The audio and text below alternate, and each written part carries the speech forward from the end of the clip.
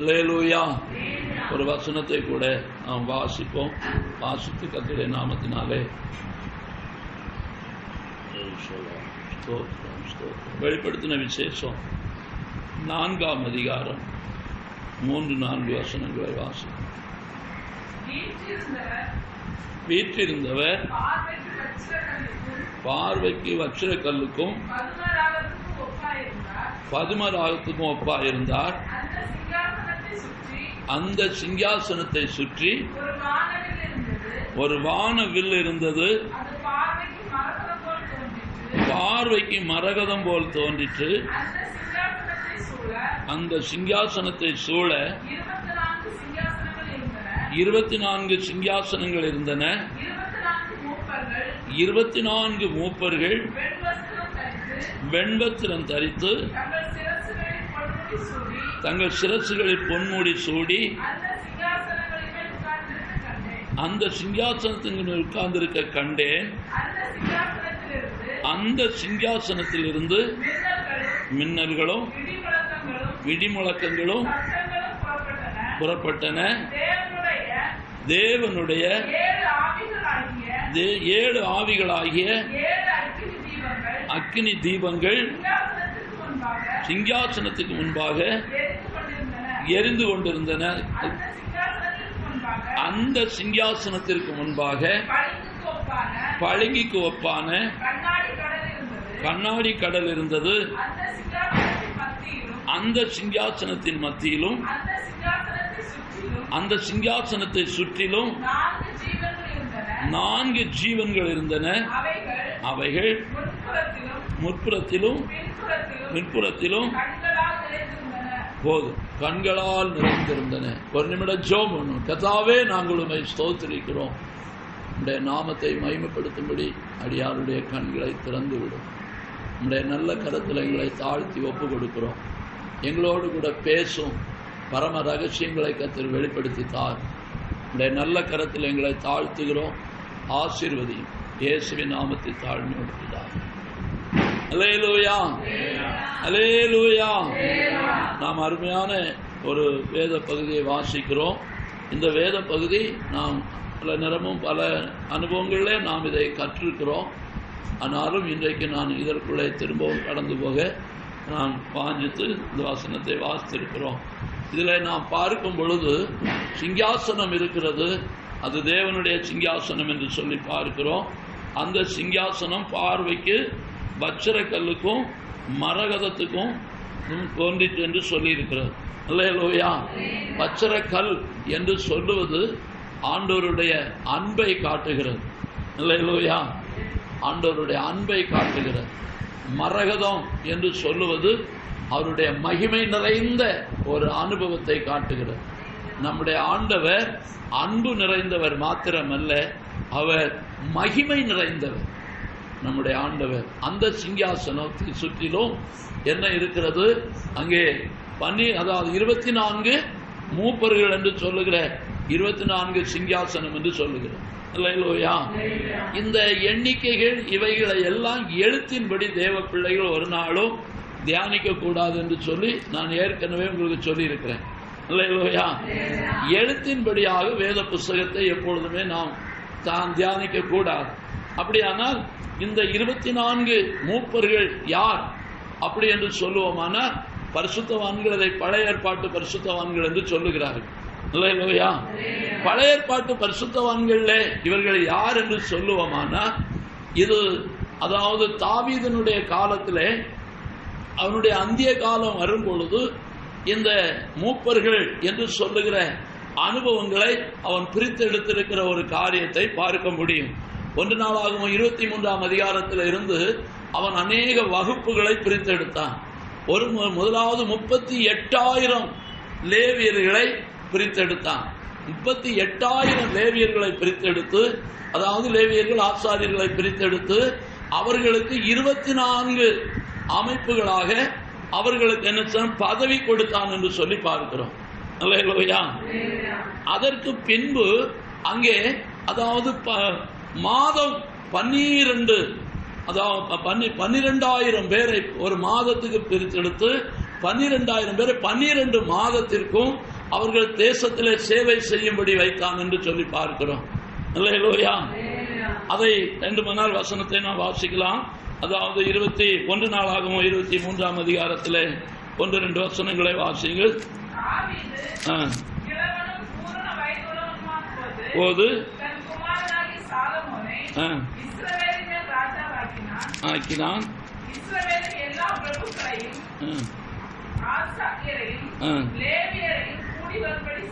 அல்லேலூயா. 24ஆம் அதிகாரத்தை வாசிங்கள். 24ஆம் அதிகாரம்.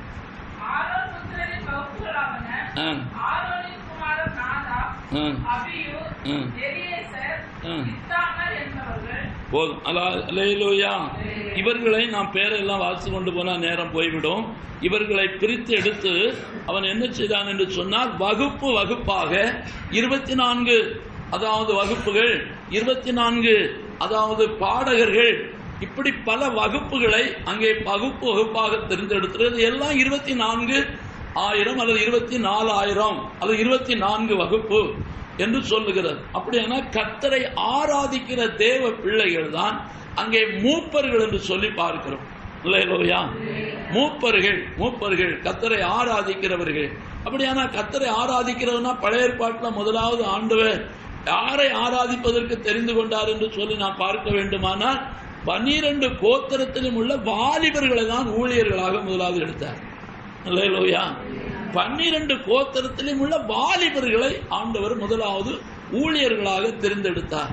அந்த 12 கோத்திரத்தில் உள்ள வாலிபர்களும் முதல் ஆராதனை நடத்தினார்கள். முதல் ஆராதனை நடத்தி அவர்கள் மேன்மையாக அந்த ஆராதனை முடித்தார்கள். அந்த ஆராதனை முடிச்சுட்டு தான் மோசே மலைக்கு போனார். அங்கிருந்து வர்றதுக்குள்ள இந்த 12 கோத்திரத்திலும் உள்ள வாலிபர்கள் ஒரு ஆராதனையை சந்தோஷமாய் முடித்தவர்களுக்கு திரும்ப சும்மா இருக்க முடியல, ஆராதிக்கணும் என்கிற ஆசை வந்தது. ஆனா மோசையை எதிர்பார்க்க மனம் இல்லாமல் கன்றுக்குட்டியை உண்டாக்கி ஆராதித்தார். அல்லேலூயா. அப்படியானால் முதல் ஆராதனை வாலிபர்கள். அதற்கு பின்புதான் மோசே கர்த்தருடைய பட்சத்தில் நிற்கிறவன் யார் என்று சொல்லி கூப்பிடும் போதுதான் லேவி கோத்திரம் அவருக்காக கடந்து வந்தது. அந்த லேவி கோத்திரத்தை ஊழியர்களாக தெரிந்து கொண்டார். அல்லேலூயா. அப்படியானா முதலாவது கர்த்தருக்கு ஊழியத்துக்கு எழும்பினது வாலிபர்கள் தான். ஆனால் திரும்ப லேவி கோத்திரத்தை ஊழியர்களாக பழைய ஏற்பாட்டில் தெரிந்து கொண்டார் என்று சொல்லி பார்க்கிறோம். அப்படியானால் இங்கே வெளிப்படுத்தல சொல்லப்பட்டிருக்கிற மூப்பர்கள் யார் என்று சொன்னா, கர்த்தரை ஆராதிக்கிற பரிசுத்தவான். அல்லேலூயா. அப்ப மற்றவங்க ஆராதிக்கல, ஆதாம் முதல் ஆண்டவரை ஆராதிக்கிற பரிசுத்தவான்கள் தான் ஆண்டவருடைய அந்த 24 மூப்பர்கள். அல்லேலூயா. 24 வெறும் எழுத்தின்படியான 24 அல்ல. அந்த தாவீது எப்படி அமைப்புகளை ஏற்படுத்தினானோ இதை போல கர்த்தருக்கு ஆராதனை செய்தவர்கள். அதனாலதான் ஆண்டவர் சொன்னார், விழுந்து போன தாவீதின் கூடாரத்தை திரும்பவும் எடுத்து கட்ட வேண்டும் என்று. அல்லேலூயா. ஆராதனை தேவனுக்கு ஆராதனை செலுத்துகிற பரிசுத்தவான்கள் தான் ஆண்டவரை, அதாவது மூப்பர்கள் என்று சொல்லு பழைய ஏற்பாட்டில். அல்லேலூயா. ஆராதனைனா எல்லாருமே ஆராதனை உள்ளவர்கள் தான். அதாவது காயின் நினைச்சுதான் கர்த்தரை ஆராதிக்க போனா, ஆராதனையில தான் தோத்து போனான். அல்லேலூயா. அப்போ ஆராதிக்கிற தேவ பிள்ளைகள் பழைய ஏற்பாட்டு பரிசுத்தவான்கள் தான் அங்கே இருக்கிற 24 மூப்பர் என்று சொல்லி பார்க்கிறோம். அது 5ஆம் வசனத்தை திரும்ப வாசிங்க. வெளிப்படுத்தின விசேஷத்துல அந்த சிங்காசனத்தை சுற்றிலும் இருந்து, அது 6ஆம் வசனம், அந்த சிங்காசனத்திற்கு முன்பாக பளிங்கு கோப்பான கண்ணாடி கடல் இருந்தது. அந்த சிங்காசனத்தின் மத்தியிலும் அந்த சிங்காசனத்தை சுற்றிலும் 4 ஜீவன்கள் இருந்தன. அவைகள் முற்புறத்திலும் பிற்புறத்திலும். அல்லேலூயா. நான் இந்த சிங்காசனத்துக்கு முன்பாக இருக்கிற இந்த ஜீவன்களை குறித்து நான் உங்களோடு கூட இந்த நாளில் பேச போகிறேன். அல்லேலூயா. நாம் இது சபை எடுத்துக்கொண்ட பின்பு பரலோகத்தில் இருக்கிற காட்சியாக பார்க்கிறோம். ஒரு சிங்காசனம் இருக்கிறது. அந்த சிங்காசனத்தை சுற்றிலும் 24 சிங்காசனங்கள் இருக்கிறது. அந்த சிங்காசனத்துக்கு முன்பாக ஒரு கண்ணாடி கடல் இருக்கிறது. அந்த கண்ணாடி கடல் இருக்கிற இடத்துல இந்த மத்தியில் இருக்கிற சிங்காசனத்திலும் அந்த 24 மூப்பர்கள் என்று சொல்லுகிற சிங்காசனத்துக்கு முன்பாகவும் இயேசுவோடு கூட தேவனோடு கூட தேவனுடைய சிங்காசனத்தை நிரப்பப்பட்டதாக உட்கார்ந்து இருக்கிறது தான் இங்க சொல்லப்பட்டிருக்கிற ஜீவன்கள். அல்லேலூயா. அந்த ஜீவன்கள் கண்களால் நிறைந்திருந்தது என்று சொல்லப்பட்டிருக்கிறது. நாளிலே நாம் அந்த ஜீவன்கள் யார் என்று சொல்லி நாம் பார்க்க வேண்டியது அவசியமா இருக்கிறது. இந்த ஜீவன்கள் யார்? அதாவது 24 மூப்பர்களும் பரிசுத்தவான்கள், பழைய ஏற்பாட்டு பரிசுத்தவான்கள் என்று அதை மிக அழகாக சொல்லி இருக்கிறார்கள். ஆனால் இந்த ஜீவன்கள் யார் என்று சொல்லி யாருமே இதற்கு தெளிவான விளக்கங்களை நான் காண முடியவில்லை. ஆனால் யாரும் சொல்லவில்லை. ஆனால் பரலோகத்துக்கு சபை எடுத்துக்கொண்ட பின்பு மூப்பர்களும் ஜீவன்களும் தான் பரலோகத்தில் சிங்காசனத்தில் காணப்படுதே தவிர வேற அந்த எந்த வகுப்பாரும் பின்னால் அது வரவில்லை. அது பின்னால இனி 12ஆம் அதிகாரத்துக்கு பின்பு அல்லது 7ஆம் அதிகாரத்துக்கு பின்பு தான் மற்ற கூட்டங்கள் வருவதாக சொல்லப்பட்டிருக்கிறது. அப்படியான இங்கே மூப்பர்களும் ஜீவன்களும் காணப்படுகிறது. ஜீவன்கள் என்றால் யார் என்று சொல்லி நாம் பார்க்க வேண்டும் என்றால் அது புதிய ஏற்பாட்டு பரிசுத்தவான்கள். அல்லேலூயா. புதிய ஏற்பாட்டு பரிசுத்தவான்கள் தான் ஜீவன்கள். அப்ப ஜீவன்கள் என்று எப்படி சொல்லி இருக்கிறது? ஜீவன்கள் என்று எப்படி சொல்லி இருக்கிறது? நாம் அந்த ஜீவன்களை குறித்து படிக்கிறோம். அந்த ஜீவன்கள் எப்படி இருக்கிறது? அந்த வசனத்தை திரும்ப வாசிங்க, அதனுடைய சாயலை வாசிங்க. அந்த இல்ல அந்த முதல் 6ஆம் வசனத்தை வாசிங்க. இருந்தது.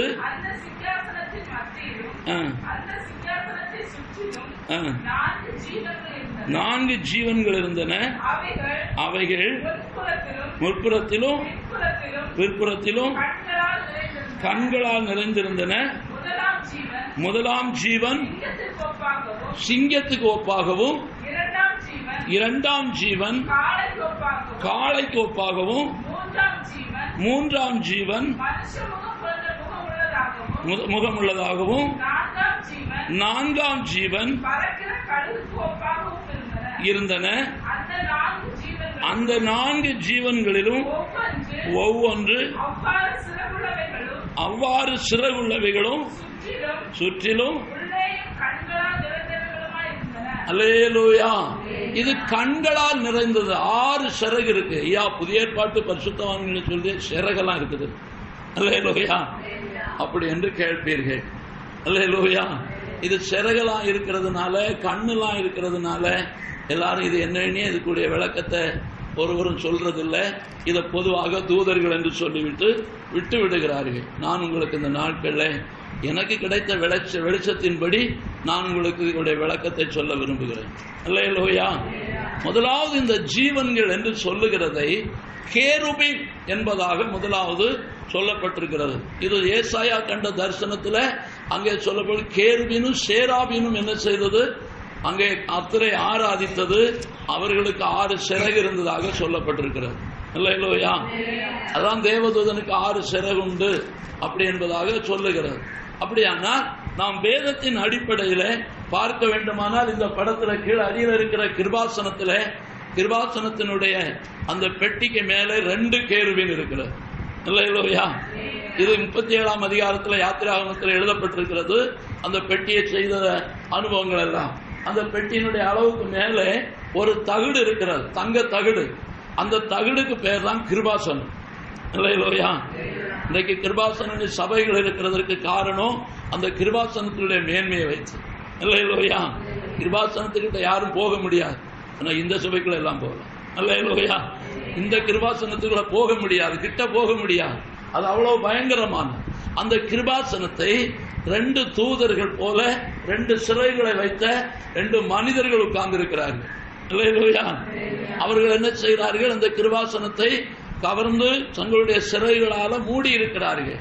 அதனுடைய சிறகு மத்தியில இருக்கிற இடம் தான் பரலோகத்தின் தேவன் வந்து உட்கார்ற இடம். அல்லேலூயா. அவர் அந்த கிருபாசனத்தில் அந்த கேருபீனுடைய சிறகுகளுக்கு உள்ளாக வந்து அவர் உட்காருகிறார். அந்த அவர் உட்கார்ந்து இருக்கிற இடத்துல போகணுமானா ஒரு சரியான ஒரு காளையினுடைய இரத்தமாவது, ஒரு கடாயினுடைய இரத்தமாவது, அடிக்கப்பட வேண்டும். அந்த கடாவினுடைய மாம்சமும் அதாவது தோல் என்ன செய்ய வேண்டி இருக்கிறது, பாளையத்துக்கு புறம்பே எரிக்கப்படணும். அந்த இரத்தத்தை மாத்திரம் கொண்டு பரிசுத்த ஸ்தலத்துக்குள்ள போகணும். இல்லையா? அந்தாதபடி அந்த கிருபாசனத்துக்கிட்ட யாரும் போக முடியாது. இல்லையா? அவ்வளவு பயங்கரமான இடம் அந்த கிருபாசனம். ஆனா அந்த கிருபாசனத்துக்கு மேலே கேருபீன்களாக தங்கத்தில் செய்து வைத்த 2 கேருபீன்கள் இருக்கிறது. இந்த கேருபீன்கள் யார் அப்படி என்று சொல்லுவோமானால் இதை ஊழியர்கள் என்பதாக சொல்லுவார்கள். அல்லேலூயா. ஆனா ஊழியர்கள் நான் இல்லை என்று சொல்ல வரவில்லை. ஆனால் யார் என்று சொன்னால் இது ஒரு குடும்பத்திலே காணப்படுகிற புருஷன் மனைவி என்று சொல்லுகிற 2 பேரை குறிக்கிறது. அல்லேலூயா. சபை என்று சொல்லி வரும்பொழுது ஊழியர்களையும் விசுவாசிகளையும் குறிக்கிறது. அல்லேலூயா. எல்லாம் ஊழியக்காரர்கள் மாத்திரம்தான் மேன்மையான இடத்துல இருக்க முடியும், மற்றவங்க போக முடியாதுங்கிற காலம், அதாவது மேலோங்கி வாழ்ந்து கொண்டு வந்த காலம் இதற்கு முன்பு. ஆனால் வேதத்தை உற்று கவனிப்போம் என்று சொன்னால் ஆண்டவர் ஊழியர்களை வேலைக்காரர்களாக தான் பயன்படுத்தி இருக்கிறாரே தவிர அவர்கள் மாத்திரம்தான் பரிசுத்தவான்கள் என்று வேதம் சொல்லல. அல்லேலூயா. எல்லா ஜீவிக்கிற எல்லாருமே பரிசுத்தவான்கள், ஜீவிக்கிறதற்கு ஒழுங்கு வைத்திருக்கிறார். அந்த ஒழுங்கு அப்படியானால் இங்கே உட்கார்ந்து இருக்கிற 2 யாருன்னா, எங்கே 2 பேர் 3 பேர் தேவ சமூகத்தில் ஒருமனப்படுகிறோமோ அங்கே தேவன் வந்து இறங்குகிறார். அல்லேலூயா. அப்ப இங்க இருக்கிற 2 பேர் யார் என்று சொன்னா 2 ஊழியக்காரர்கள் அல்ல, இது ஒரு குடும்பம். அல்லேலூயா. அதற்கு மேலே நாம் எடுத்துக்கொள்ளுவோமானா சபையின் ஊழியர்கள். அல்லேலூயா. இவர்கள் என்ன செய்கிறார்கள், இந்த கிருபாசனத்தை தங்களுடைய சிறகுகளால மூடி இருக்கிறார்கள் என்று சொல்லுகிறது. இந்த சிறகுக்கு தேவ பிள்ளைகள் புரிந்து கொள்ள வேண்டும். அறிவு, இந்த எங்கெல்லாம் சிறகு வருதோ அங்கே அறிவு என்று நீங்க எழுதி கொள்ளணும். அல்லேலூயா. அப்பதான் உங்களுக்கு படிக்கிறதுக்கு வாய்ப்பா இருக்கும். எங்கெல்லாம் சிறகு என்று வருகிறதோ அங்கே அறிவு என்று போட்டுக்கொள்ள வேண்டும். ஏன் என்று சொன்னால் இந்த கிருபாசனத்தில் இருக்கிறதான இந்த ஜீவன்களுக்கு அல்லது இந்த கேருபீனுக்கு 2 அறிவு தான் இருக்கணும், வேற அறிவு இருக்கக்கூடாது. அல்லேலூயா. ஏன் 2 அறிவு என்றால் என்ன? இந்த பழைய ஏற்பாடு புதிய ஏற்பாடு இந்த 2ம் ஏன் பழைய ஏற்பாடு புதிய ஏற்பாடு பைபிள் ஒரே புஸ்தகம் தானே என்று கேட்கலாம். இல்லை, கிறிஸ்துவுக்கு முன் கிறிஸ்துவுக்கு பின். அல்லேலூயா. கிறிஸ்துவுக்கு பின் இருக்கிறது உலகம் முழுவதுக்கும் கொடுக்கப்பட்ட கிருபையின் காலம். கிறிஸ்துவுக்கு முன் இருக்கிறது அந்த பழைய ஏற்பாடு என்று சொல்லுகிற நியாயப்பிரமாணம் அல்லது மனசாட்சியின் பரிசுத்தவான்களுக்கு கொடுக்கப்பட்டதான காலம். அல்லேலூயா. இந்த 2 அறிவோடு கூட மாத்திரம்தான் கிருபாசனத்துக்கிட்ட போகணும். அல்லேலூயா.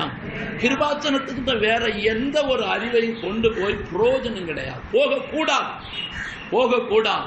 தன்னை பலியாக்கின அனுபவத்தில் கிருபாசனம் என்று சொல்லுகிறது, அதாவது நமக்கு கிடைத்திருக்கிற மகா பெரிய கிருபையின் ஆசனம், கிருபை இருக்கிற இடம்.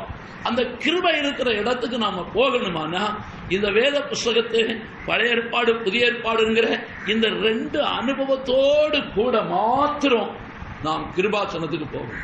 அல்லேலூயா. அல்லது தேவ சமூகத்தில் ஜெபிக்கணும். ஜெபிக்கிறது, காத்திருக்கிறது, உபவாசிக்கிறது, இதற்கு எல்லாமே இந்த வேத வசனத்தை கொண்டு மாத்திரமே தவிர வேற எதையும் கொண்டு போகக்கூடாது. அல்லேலூயா. இந்த வேத வசனத்தை புரிந்து கொள்வதற்கு மனம் இல்லாததுனாலே இன்றைக்கு உலகத்தில் ஆண்டவர் சமூகத்துக்கு போகிறதற்கு என்னத்தெல்லாமோ வரைஞ்சி வச்சு அதெல்லாம் கொண்டு வச்சு ஜெபம் பண்ணணும்னு ஜெபிக்கிறாங்க. அல்லேலூயா. ஜெபிக்கிறவர்களுக்கு நாம் அதான் எதிராளிகள் அல்ல. ஆனா தேவ சமூகத்தில் இந்த 2 வேத புஸ்தகத்திற்கு உட்பட்ட தீர்க்க தரிசனமும் உட்பட்ட வெளிப்பாடும் தான் வெற்றி பெறுமே தவிர வேற வெளியிருந்து வருகிற எந்த வெளிப்பாடும் தோற்றுதான் போகும். அல்லேலூயா. வேத வசனம், அதாவது தாமஸ் பாஸ்டர் ஒரு சாட்சி சொன்னார். எப்படி இருந்தால் ஒரு மனுஷன் இந்த வேத புஸ்தகத்தை படிச்சுக்கிட்டு இருந்தார். அப்போ அந்த சபை ஊழியக்காரர் வந்தார். வந்த உடனே அந்த ஊழியக்காரர் சொன்னாராம், ஐயோ நான் ஒன்னும் நல்ல விசுவாசி இல்லான்னு நினைச்சேன், நீ இப்படி பைபிள் படிக்கியேன்னாராம். அப்போ அவர் சொன்னாராம், ஐயா இந்த புஸ்தகம் படிக்க நல்லா இருக்கியா, நான் அதான் படிக்கிறேன் ஐயா. எப்பா அது ஞான பாலுப்பா, அது ஞான பாலு, அது ஞான பசு, அந்த ஞான பசு ஞான பாலு அதை நாங்க தான் உனக்கு தரணுமே தவிர நீ படிக்க கூடாது. அல்லேலூயா. நீ படிக்கக்கூடாதுன்னா. அப்பா அப்படி சொன்ன, இல்லை பாஸ்டர் நான் படிக்க எனக்கு அது என்ன அழகா இருக்கு, நான் எப்படி படிக்காம இருக்க முடியும்? நீ படிக்காத, நீ படிச்சா கெட்டு போயிடுவ, நாங்க தான் உனக்கு தரணும்னா. ஏன் பாஸ்டர் அப்படின்னா, அது ஞான பசுப்பா.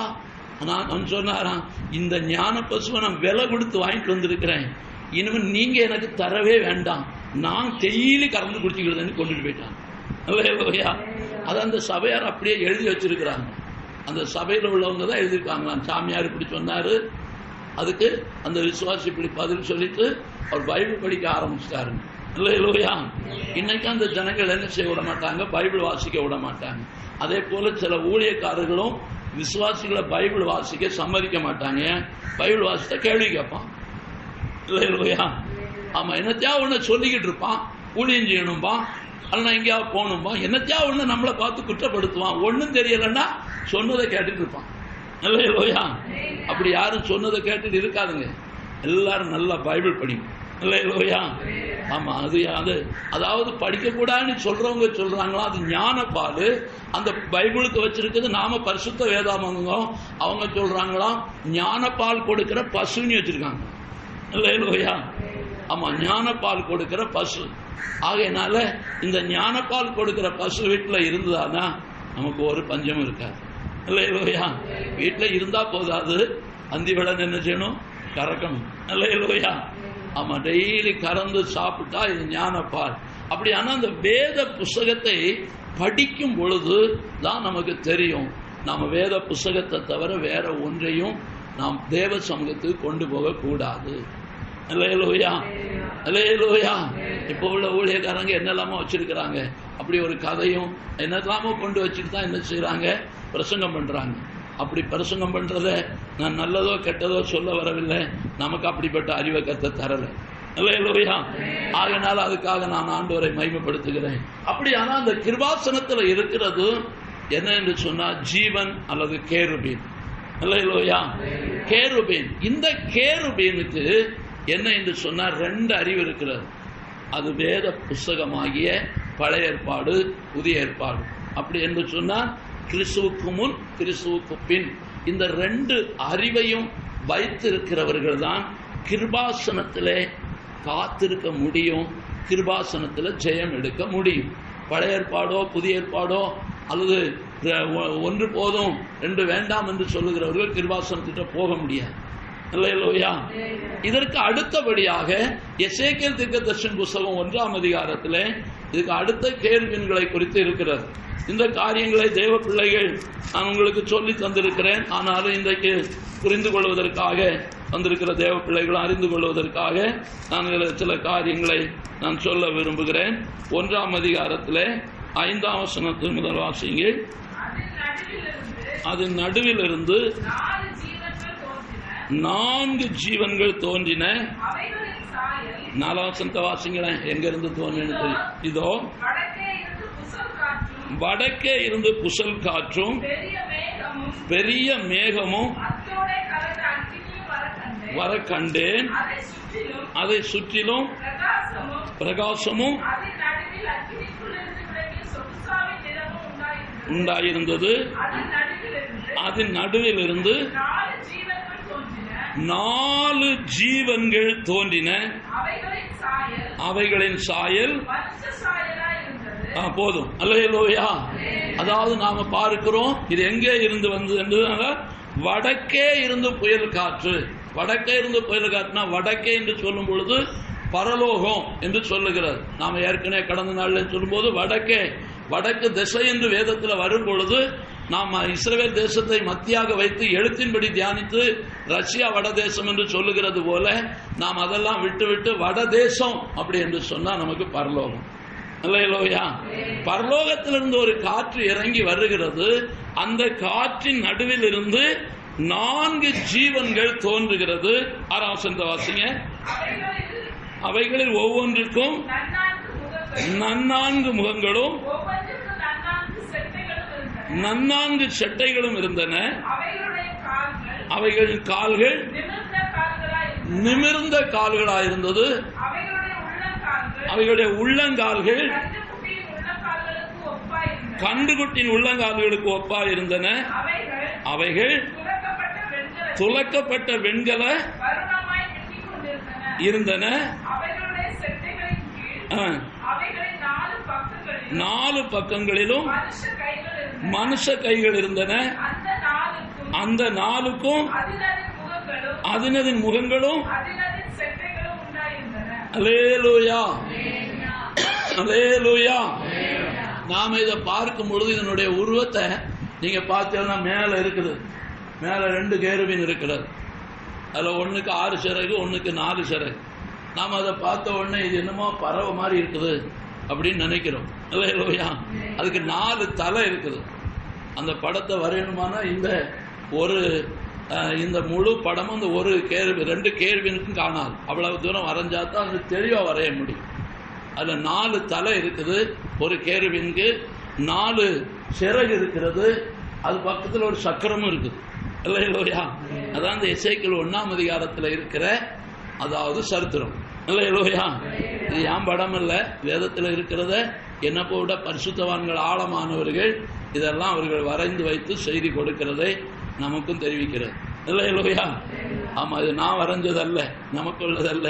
நான் வரைஞ்சு தர சொல்லி ஒரு தேவ மனுஷன்கிட்ட கேட்டதுக்கு அவர் தான் சொன்னாரு, வரைஞ்சி எடுக்க வருஷம் ஆயிரும், அதனால நீர் நெட்ல பார்த்து எடுத்துக்கிடும்னு சொல்லி பரிசுத்தவான்கள் நெட்ல இதெல்லாம் செய்து வைத்திருக்கிறார்கள். அல்லேலூயா. அப்படியான அந்த 4 சிறகு உள்ள அந்த ஜீவன் தான், அதாவது இந்த எசேக்கியேல் 1ஆம் அதிகாரத்தில் சொல்லி இருக்கிற அந்த கேருபீன் என்று சொல்லி பார்க்கிறோம். அல்லேலூயா. இதுக்கு ஜீவன் என்று சொல்லி இருக்கிறது. 2ஆம் அதிகாரத்தில் வரும்போது கேருபீன் சொல்லுகிறது. அதை விட்டு இங்கே இதை பார்க்கும் பொழுது இந்த 4 சிறகு எதை குறிக்கிறது என்று சொன்னா 4 சுவிசேஷத்தின் அறிவை குறிக்கிறது. அல்லேலூயா. புதிய ஏற்பாட்டு தேவ பிள்ளைகளுக்கு 4 சுவிசேஷத்தின் மூலம்தான் ஆண்டவரை அறிய முடியுமே தவிர வேற எந்த அறிவும் வர முடியாது. 4 சுவிசேஷத்தின் அறிவு அவர்களுக்கு ஓங்கி இருக்க வேண்டியது அவசியமா இருக்கிறது. அல்லேலூயா. அங்கே 4 முகம் என்று சொல்லுகிறது. ஒவ்வொன்றுக்கும் 4 முகம் இருந்துச்சான். அதை அந்த வசனத்தை பார்க்கும் பொழுது அவைகள் ஒவ்வொன்றுக்கும் 4 முகம் இருந்தது. அல்லேலூயா. ஒரு கேருபீனுக்கு 4 இருந்தது என்று சொல்லுகிறது. அப்ப ஒரு கேருபீனுக்கு 4 முகம் அப்படி என்று சொன்னா, அதாவது அங்க சொல்லி பார்க்கிறோம், அது சிங்க முகம், எருது முகம், கழுகு முகம், மனுஷ முகம். அல்லேலூயா. இந்த 4 ஒரு கேருபீனுக்கு இருக்கிறது அல்லது ஒரு ஜீவனுக்கு இருக்கிறது. இந்த 4 முகமும் எதை குறிக்கிறது? 4 சுவிசேஷத்தினுடைய குணம். அல்லேலூயா. 4 சுவிசேஷத்தினுடைய அதாவது குணம். மத்தேயு சுவிசேஷம் ராஜா அப்படின்னு சொல்லுகிறது. ராஜா என்று சொன்னால் யார்? அது சிங்கத்துக்கு ஒப்பானவர். அல்லேலூயா. சிங்கம் என்று சொன்னால் ராஜா என்று சொல்லுகிறது. அதுக்கு அடுத்து எருது முகம். யோவான் அதாவது மார்க்கு சுவிசேஷம் இயேசுவை ஒரு சுவிசேஷகராக வெளிப்படுத்துகிறார். அல்லேலூயா. ஆமா, சுவிசேஷகராக வெளிப்படுத்துகிறார். அதுக்கு அடுத்தபடி லூக்கா சுவிசேஷம் இயேசுவை அதாவது மேன்மையான அற்புதம் செய்கிற ஒரு கழுகு முகத்துக்கு ஒப்பாக அவரை வெளிப்படுத்துகிறார். அதாவது உன்னதத்தில் பறந்து ஜீவிக்கிற ஒரு அனுபவத்துக்கு கழுகு முகம் என்று சொல்லப்படுகிறது. 4வது ஒரு மனுஷன். அல்லேலூயா. இயேசுவை ஒரு மனிதன் எப்படி வாழ்ந்தார் என்பதை யோவான் சுவிசேஷத்தில் மிக தெளிவாக இயேசுவை அவர் வெளிப்படுத்தியிருக்கிறதை நாம் படிக்கிறோம். அல்லேலூயா. அப்படியானால் இந்த 4 முகமும் உள்ள ஒரு விசுவாசி தான் இந்த 4 சிறகு உள்ள அல்லது அந்த ஜீவன் என்று சொல்லுகிற ஒரு மனிதன். அல்லேலூயா. ஒரே மனுஷனுக்குள்ள 4 முகம் இருக்குது. 4 முகம்னா சிங்கம், எருது, கழுகு, மனுஷன். மனுஷன்னா இயேசுவை போல. கழுகு என்று சொன்னா உன்னதத்தில் பறக்கிற அனுபவம். எருது என்று சொல்லும் பொழுது ஆண்டவருக்காக ஜீவகாலமெல்லாம் உழைக்கிறது. இதை பூரா விளக்குனாலே பல நாள் ஆயிரம். அதனால நான் விளக்கத்தை மட்டும் உங்களுக்கு சொல்லிட்டு போகிறேன். அதாவது எருத போல உழைத்த பரிசுத்தவான்கள் சாட்சிகளை சொல்லணுமானா அந்த உலகத்தில் நாளே போதால் அந்த அளவுக்கு தன் ஜீவன் போகும் வரையிலும் உழைத்து இருக்கிறார்கள். அல்லேலூயா. அதே போல சிங்க முகம் என்று சொன்னால் பாவத்தை ஜெயித்த அதாவது இயேசு கிறிஸ்துவினுடைய பிள்ளைகள். அல்லேலூயா. இயேசு சிங்கமா இருக்கிறார். அவருடைய பிள்ளைகளாகிய நாம் சிங்க குட்டிகள். யூதா பால சிங்கம். அல்லேலூயா. அவருடைய பிள்ளைகளும் சிங்க குட்டிகளா இருக்கிறோம். அப்படியானா இந்த அனுபவம் உள்ள இந்த விசுவாசிகளை தான் ஒரு ஜீவன் என்று சொல்லுகிறார். அதற்கு கன்றுக்குட்டியின் கால் இருக்கிறது. இன்றைக்கு இதெல்லாம் உபதேசத்துக்குள்ள இல்லாததுனால எல்லாருக்கும் கால் எப்படி ஆகி போச்சுன்னா, அதாவது கண்ணுக்குட்டி கால் மாதிரி தான் தெரியுது, ஆனா பண்ணிய போல நடக்குது. இல்லையா? ஆமா, பன்னிக்குட்டிக்கும் பண்ணிக்கும் கால் ஒண்ணுதான். இல்லையா? ஆனா இங்க சொல்லி இருக்கிறது கால் நிமிர்ந்து இருந்தது. இல்லையா? இதுக்கு நிமிர்ந்த கால், பண்ணிக்கு கட்ட கால். இல்லையா? இது நிமிர்ந்த கால். அப்படியெல்லாம் இயேசுக்காக சாட்சியாய் வாழுகிறது. அதுபோல அது என்ன, நான் ஏற்கனவே சொன்னேன், அதாவது சகரியாவில் சொல்லும் பொழுது வேறுபாடை, அதனுடைய குழம்பை உடைத்து போட்டார்கள். குழம்புனா வேறுபாடு. அப்ப இது விரி குழம்பு, கண்ணுக்குட்டி கால் விரி குழம்பு, வேறுபாடு. விசுவாசிகளாகிய தேவ பிள்ளைகளாகிய நமக்கு நல்ல வேறுபாடு. அதைத்தான் இந்த புதிய ஏற்பாட்டு பரிசுத்தவான் எப்படி இருக்க வேண்டும் என்றுதான் இந்த எசேக்கியேல் 1ஆம் அதிகாரத்தில் மிக தெளிவா சொல்லியிருக்கு. இல்லையா?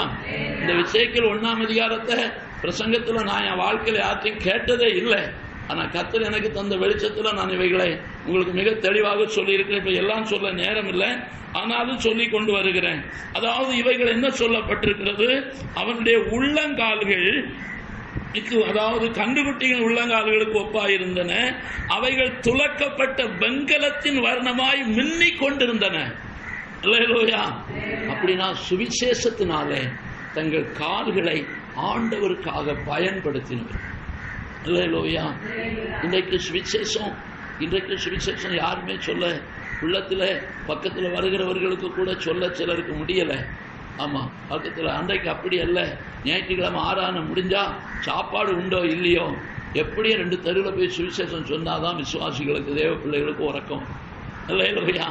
வேலை இல்லை, நீ சுவிசேஷம் விழித்து போ அப்படின்னு போவாங்க. இல்லையா?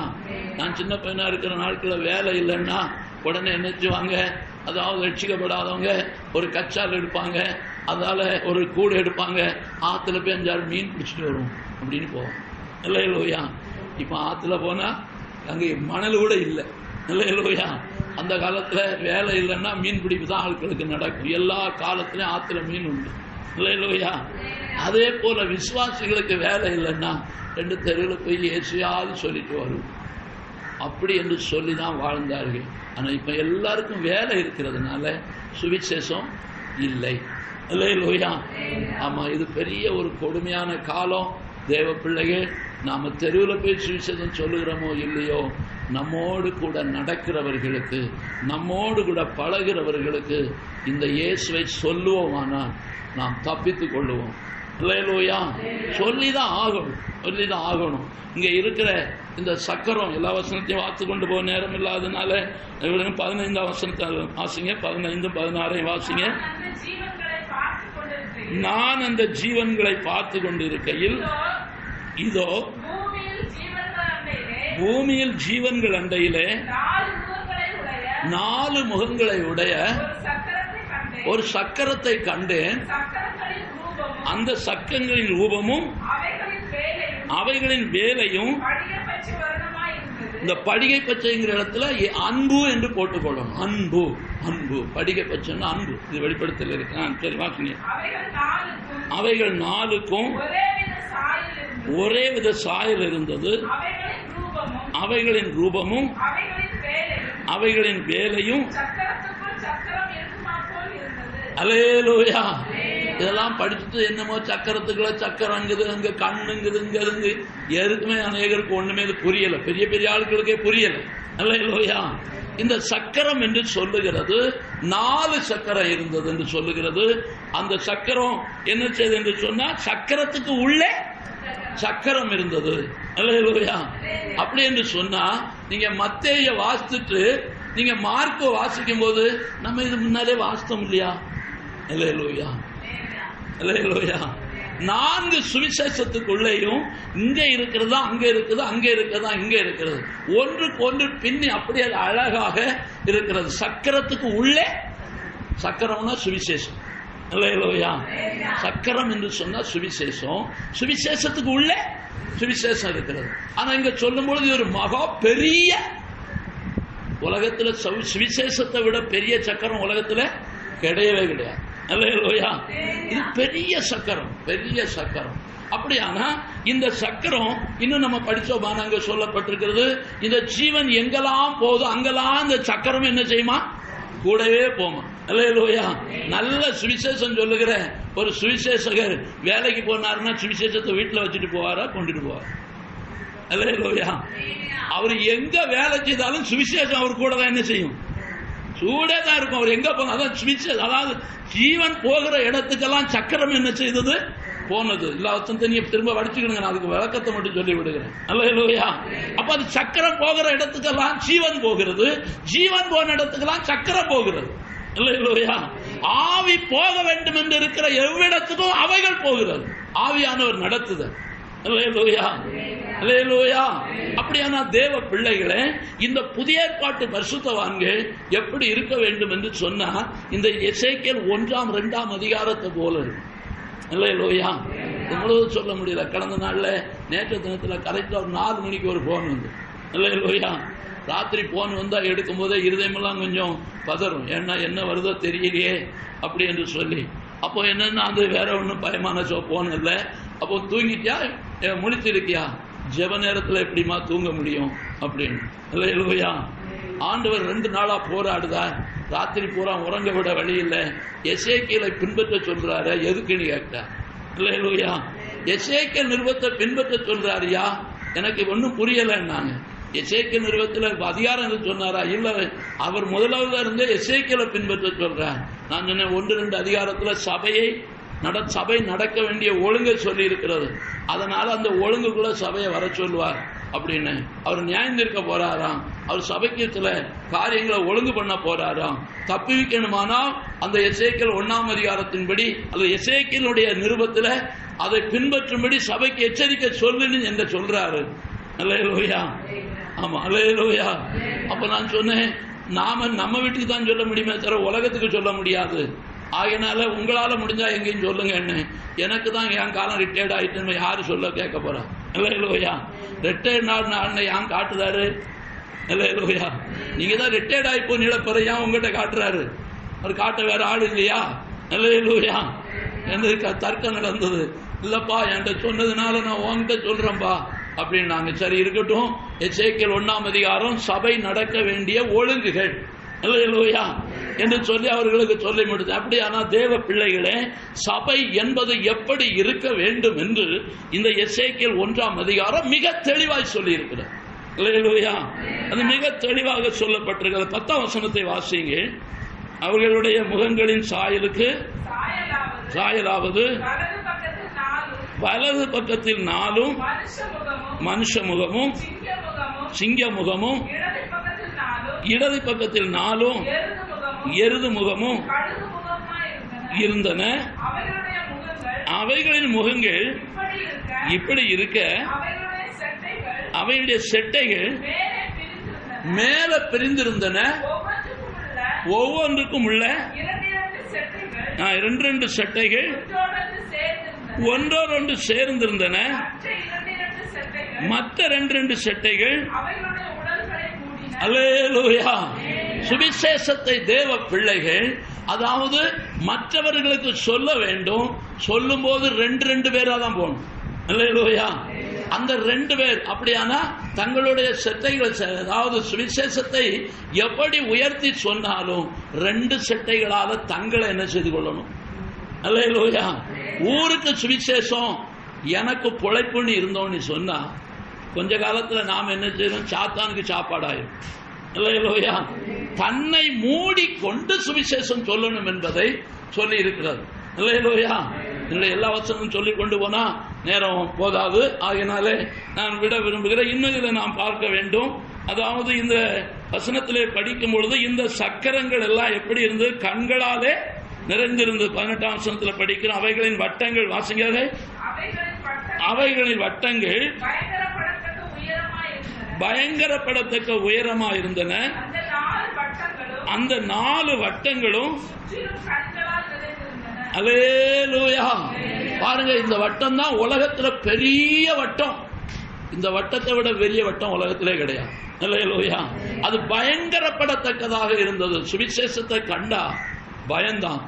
அத பரிசுத்தவான்களுக்கு தான் சந்தோஷம். இல்லையா? யாருடைய உள்ளத்துல சுவிசேஷத்துக்கு பயம் வருதோ அவர்கள் ரட்சிக்கப்படுவாங்க.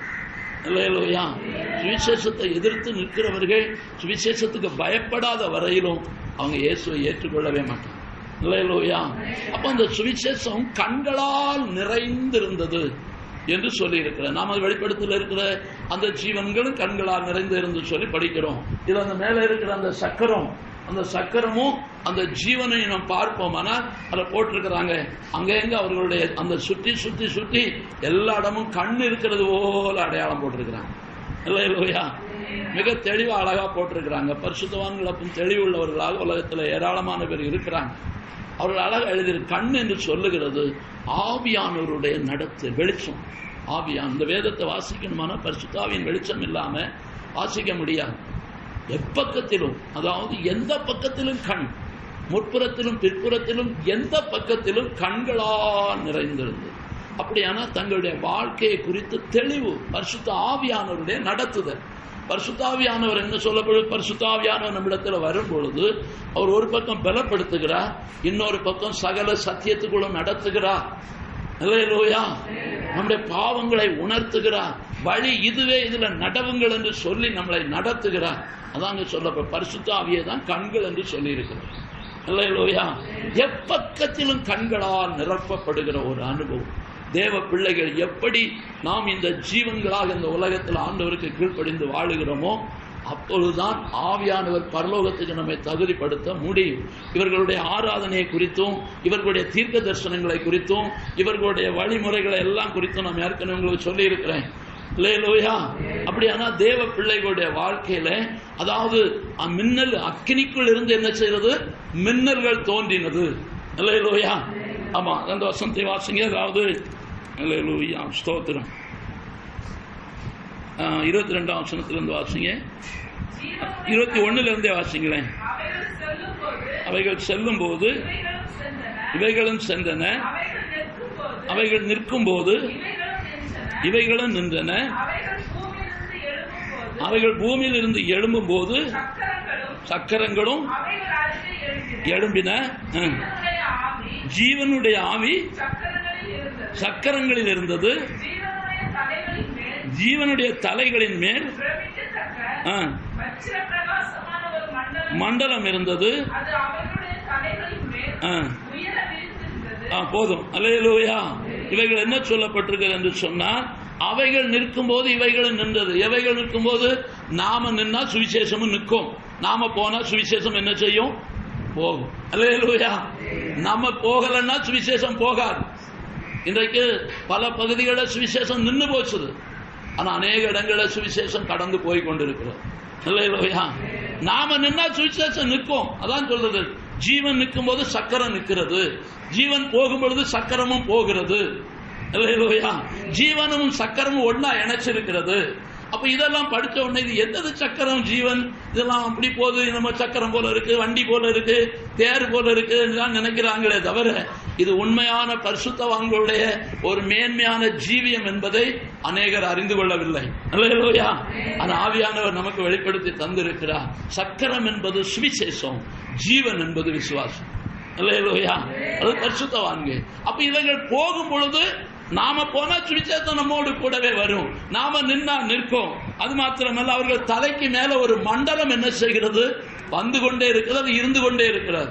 அது வச்சிருக்கல. ஆனா இயேசு கிறிஸ்து நமக்கு மேல, நமக்கு மண்டலமாக பாதுகாப்பாக வந்து கொண்டே இருக்கிறார். அல்லேலூயா! தேவ பிள்ளைகளுக்கு மேல இந்த பாதுகாவல் என்னைக்கு போகிறதோ அன்னைக்கு நம்ம வாழ்க்கை பரிதாபம். அல்லேலூயா! இன்றைக்கு அநேக இடங்களில் இந்த பாதுகாவல் இல்லை. அல்லேலூயா! நான் சொன்னதே சொன்னாலும் உங்களுக்கு தவறா இருக்காதுன்னு நினைக்கிறேன். அதாவது 97 தாமஸ் பாஸ்டர் உபவாச ஜெபம் நடத்தும் போது அவர் இந்த காட்சியைக்காக அவர் போராடினார். அதாவது தேவ நடத்தல் இல்லை, அதனால எல்லாரும் ஒருமனப்படும் ஒருமனதுக்காக ஜெபம் பண்ணும் போது ஒருவரும் என்ன செய்யல, ஒருமனப்பட்டு அப்படி ஒன்று எழுப்புதல் வரல. அங்க பலரும் பல காரியங்களை தீர்க்க தரிசனங்களாக சொன்னார்கள், ஒன்றும் அவருக்கு ஒத்துக்கொள்ள முடியல. இல்ல, தேவ நடத்துல காண முடியலன்னார். ஆனா முடிந்த பிறகு ஒரு மனுஷன் சொன்னார், அவர் இப்படி போராடுதாரு, எனக்கு ஒரு காரியத்தை வெளிப்படுத்தினார். அதாவது வெளிப்படுத்துகிறவர்கள் அந்த இடத்துல சொல்லாமல் போவோமானால் அதுவும் நமக்கு தீமையாகத்தான் காணப்படும். அவர் சொல்லும் பொழுது சொன்னார், அதாவது பரிசுத்தவான்கள் ஜெபிக்கிறதற்கு மேலே ஒரு மண்டலம் இருக்கிறது, ஒரு மண்டலம் இருக்கிறது. அந்த மண்டலம் மகா அகலமா இருக்குது. அந்த மண்டலத்துக்கு மேலே ஒரு மகா பெரிய பாம்பு படுத்துக்கிறது. அல்லேலூயா. அவர் கண்ட காட்சி 97. இன்னைக்கு வருஷம் என்ன ஆச்சுது? அல்லேலூயா. ஆமா, 97 கண்ட காட்சி. இன்னைக்கு என்னாச்சு? 2017 19 ஆயாச்சு. அல்லேலூயா. அன்றையிலிருந்து கிறிஸ்தவ உலகமானது அந்த நாட்களில் இருந்தே ஆவிக்குரிய ஜீவியம் பின்னோக்கி கொண்டிருக்கிறதே தவிர அந்த 97க்கு முன்னால் இருந்த ஒரு ஆவிக்குரிய பிரகாசம் நம்முடைய தாபனமானாலும் சரி இந்த தமிழ்நாட்டில் இல்லை என்று தான் சொல்லுவோம். அல்லேலூயா. அப்படியானா நமக்கு மேலே இருக்கிற மண்டலம் நம்முடைய தேவன் உட்கார்ந்து இருக்கிறார் என்று அதுக்கு கீழே சொல்லப்பட்டிருக்கிறது. அல்லேலூயா. அந்த மண்டலத்துக்கு அது வச்சிரக்கல் என்று சொல்லும் பொழுதே அது அதாவது அன்பு உள்ள தேவன் அவர் என்ன செய்கிறார்? மண்டலத்துக்கு மேலே உட்கார்ந்து இருக்கிறார். நாம் உண்மையான சுவிசேஷகர்களாய், நாம் உண்மையான பரிசுத்தவான்களாய், நாம் தேவனுடைய பிள்ளைகளாய் இருப்போமானால் நமக்கு மேலே தேவனுடைய பாதுகாவல் நம்மை விட்டு விலகவே விலகாது. அல்லேலூயா.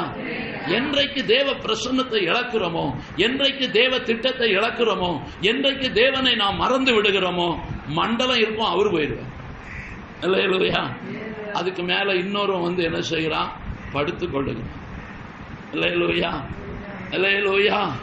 இது தேவ பிள்ளைகள், ஆவிக்குரிய தேவ பிள்ளைகளுக்கு அநேகருக்கு இது தரிசனங்கள்ல வெளிப்படுத்தினதை நான் காதால கேட்டிருக்கிறேன். அங்க மாத்திரம் இல்லை. அப்படியானா நமக்கு மேல இருக்கிற மண்டலத்துல நம்முடைய ஆண்டவர் நம்மோடு கூட வருகிறாருங்கிற ஒரு நல்ல அறிவு நமக்கு இருக்கணும். நம்ம தான் இருக்கிறோம், நமக்கு மேல என்ன இருக்குது? நம்மளை யார் பாதுகாக்கிறா? நம்முடைய தேவன். நம்ம உண்மையான தேவ பிள்ளைகளை நாம சாலையில போனாலும் சரி, அல்லது பள்ளத்தாக்குல போனாலும் சரி, அல்லது ஆபத்தான நிலைமைக்குள்ள போய்கொண்டிருந்தாலும் அவர் நம்மோடு கூட வருவாரானா நமக்கு ஒரு ஆபத்தும் இல்லை. அல்லேலூயா. ஆமா, அந்த காலத்துல உள்ள மாந்திரவாதி என்ன செய்வானா? குளிச்சுட்டு வேஷ்டிய அதாவது நினைச்சு தலைக்கு மேல பறக்க விட்டு கீழே வருவான். அவனுக்கே அவன் வேஷ்டி மண்டலமா வருமானா நம்ம ஆண்டவர் நம்மளை சும்மா விடுவார். அல்லேலூயா. நம்முடைய தேவன் நமக்கு மேல பாதுகாவலாய் வரும்பொழுது பூமியில எந்த ஆபத்தும் நம்மளை ஒரு காலம் மேற்கொள்ளாது. அல்லேலூயா. சபைக்கு மேல தேவ மண்டலம் இருக்கிறதை நாம் பார்க்கிறோம். 24ஆம் வசனத்தை வாசிங்க. அவைகள் செல்லும் போது கேட்டேன், அது பெருவெள்ளத்தின் இரைச்சல் போலவும் சர்வவல்லவருடைய சத்தம் போலவும் ஒரு இராணுவத்தின் இரைச்சலை போலவும் இராணுவத்தின் இரைச்சல் ஒத்த ஆரவாரம் போலவும் இருந்தது. அவைகள் நிற்கும் போது அல்லேலூயா. இது ஆராதனையில பார்க்கிறது. ஆராதனையில எப்படி இருக்கிறது என்று சொல்லப்படுகிறது. அவைகள் செட்டைகள் இரைச்சல் அப்படின்னா ஆராதனை சொல்லும் பொழுது என்ன சொல்லப்பட்டிருக்கிறது? அது பெருவெள்ளத்தின் இரைச்சலை போலவும். அல்லேலூயா. அது மாத்திரம் இராணுவத்தின் இரைச்சலுக்கு ஒத்த ஆரவாரத்தின் சத்தம் போலவும் அவைகள் நிற்கும் போது அவைகள் தங்கள் செட்டைகளை தளர விட்டிருக்கிறது. அதாவது உட்கார்ந்து இருக்கும் பொழுது ஒரு பைத்தியக்காரன் போல தெரியும். ஆனால் எழும்பி நின்று தேவ செய்தியை கொடுக்க ஆரம்பிச்சா சிங்கம் போலது. அல்லேலூயா. இதை போலதான் விசுவாசிகள் பலனற்றவர்களா தெரியும். ஆனால் ஆராதிக்கும் பொழுது அங்கே எப்படி இருக்கிறது என்று சொன்ன பல இரைச்சல். எப்படி இருக்கிற இரைச்சல்? அவைகளுடைய செட்டைகளின் இரைச்சல் அது பெருவெள்ளத்தின் இரைச்சலை போல, ஒரு இராணுவத்தின் ஆரவாரத்தை போல. அல்லேலூயா.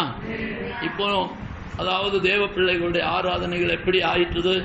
எல்லாமே அறிவுபூர்வமாக, எப்படி மற்றவர்களுக்கு முன்பாக அதாவது நடிக்கிற ஒரு காலமாக மாறி போனதே தவிர ஆவியானவருடைய திட்டத்தின்படி ஆராதிக்கிற ஆராதனைகள் மிக குறைவு. அல்லேலூயா. அதைத்தான் நாங்கள் ஆராதனை குறித்து சொல்லி இருக்கிறது.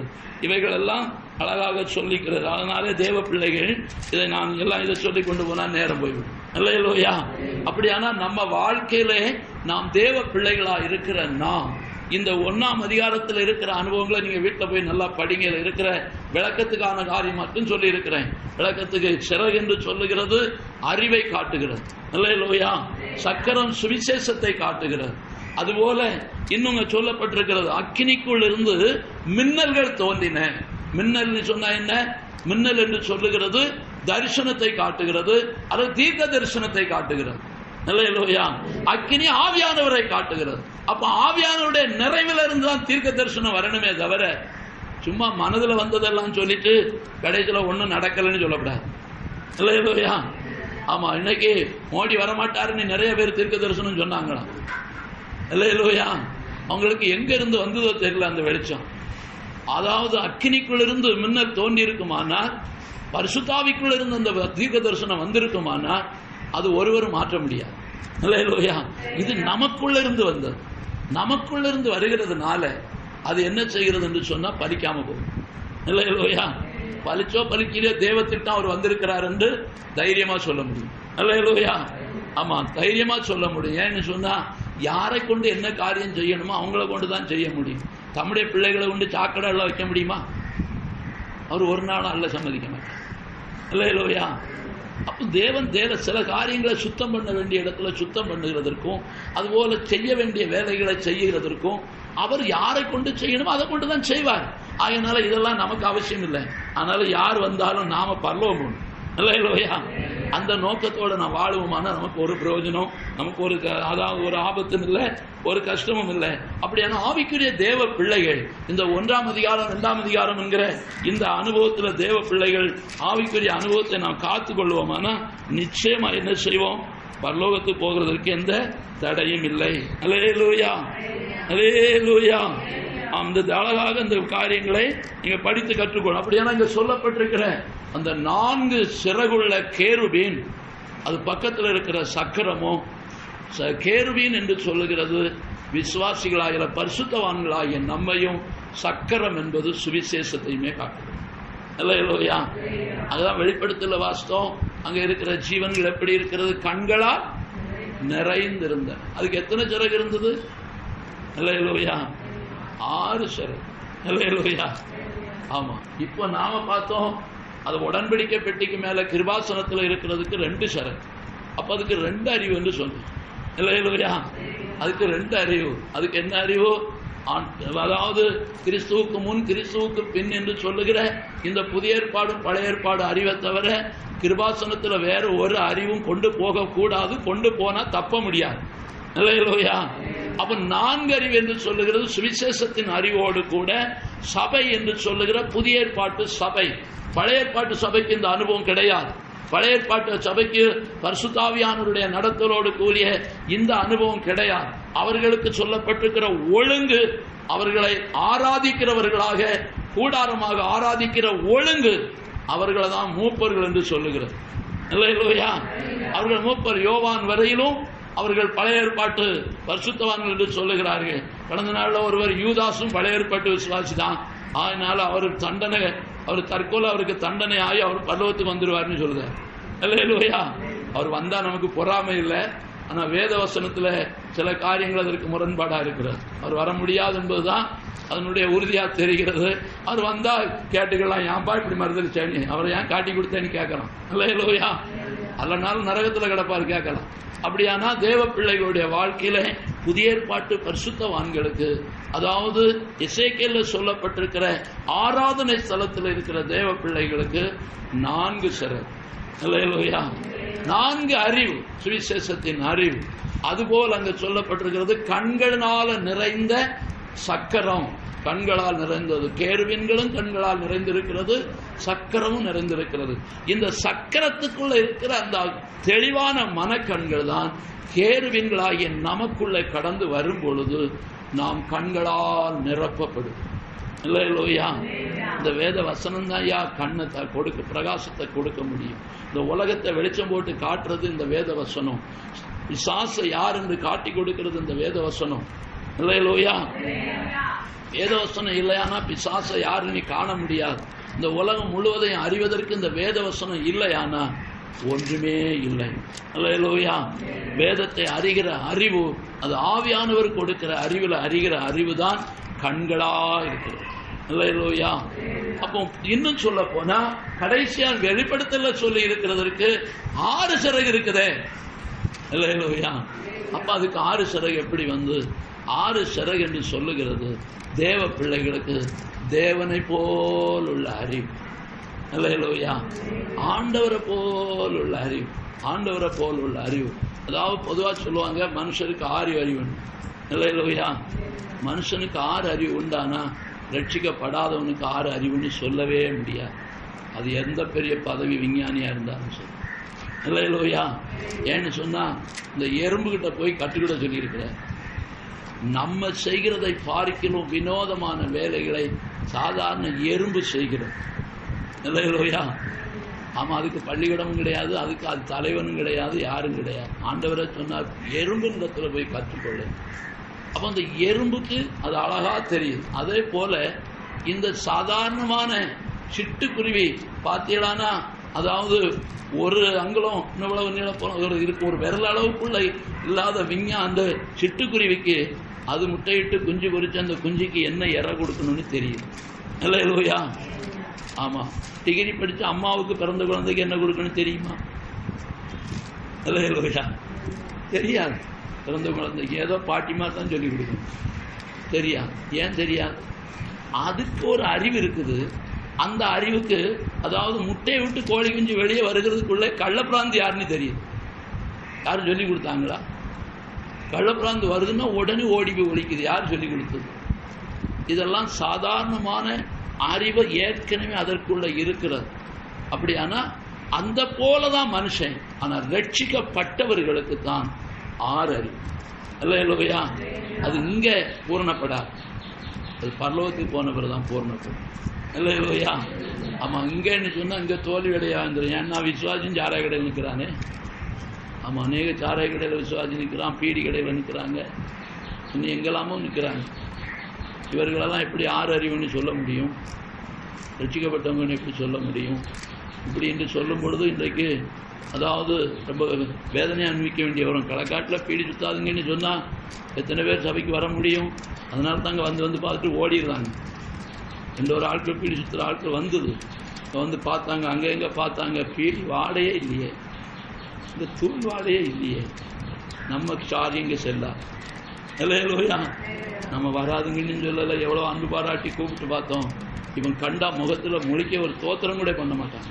ஏன்னு சொன்னால் அவர்களுக்கும் நமக்கு வெகு தூரம் போல. நான் எவ்வளோ அன்பு பாராட்டி பார்க்க முடியலை. அல்லேலூயா. ஆமாம், தேவ பிள்ளைகள், ரட்சிக்கப்பட்ட தேவ பிள்ளைகளுக்கு இங்கே தெரியாது, பரலோகத்துக்கு போனாதான் தெரியும் 6 அறிவு. அல்லேலூயா. இந்த ஆசரிப்பு கூடாரத்தில் இருக்கிற இந்த திரையில 2வது திரையை 11 திரையாக அது மூடி இருக்கிறது. அல்லேலூயா. ஆமா, 6 திரை ஒன்றாகவும் 5 திரை ஒன்றாகவும் அது கூட்டி கட்டப்பட்டிருக்கிறது. அந்த இதெல்லாம் தேவ பிள்ளைகள் ஆசரிப்பு கூடாரம் ஏதோ கதைன்னு நினைக்க கூடாது. அங்க போனா தான் நம்ம யார் என்று தெரியும். அதை சொல்லுகிறேன். அப்படியானா 6 திரையை, அதாவது 6 திரையை உண்டாக்கி ஒன்றாக அதை கட்டி 5 திரை, ஒவ்வொரு திரைக்கும் 28 முழம் நீளம். இல்லையா? அதுல இருக்கிற அளவு, அதுக்குள்ள இருக்கிற மூலமெல்லாம் நம்ம கதைக்கு ஒத்துக்கிடாது. நம்ம ஒரு சாதாரணமா அடிக்கணக்கோ நம்ம மனசுக்கு வச்சுக்கிட வேண்டியதான். 28 அடி நீளம்னு வச்சுக்கிடுவோமே, 28 அடி நீளம். அதே போல ஒவ்வொரு திரையும் அங்க சொல்லப்பட்டிருக்கிறது. அதாவது 2 முழம் என்று நினைக்கிறேன் அகலம். இல்லையா?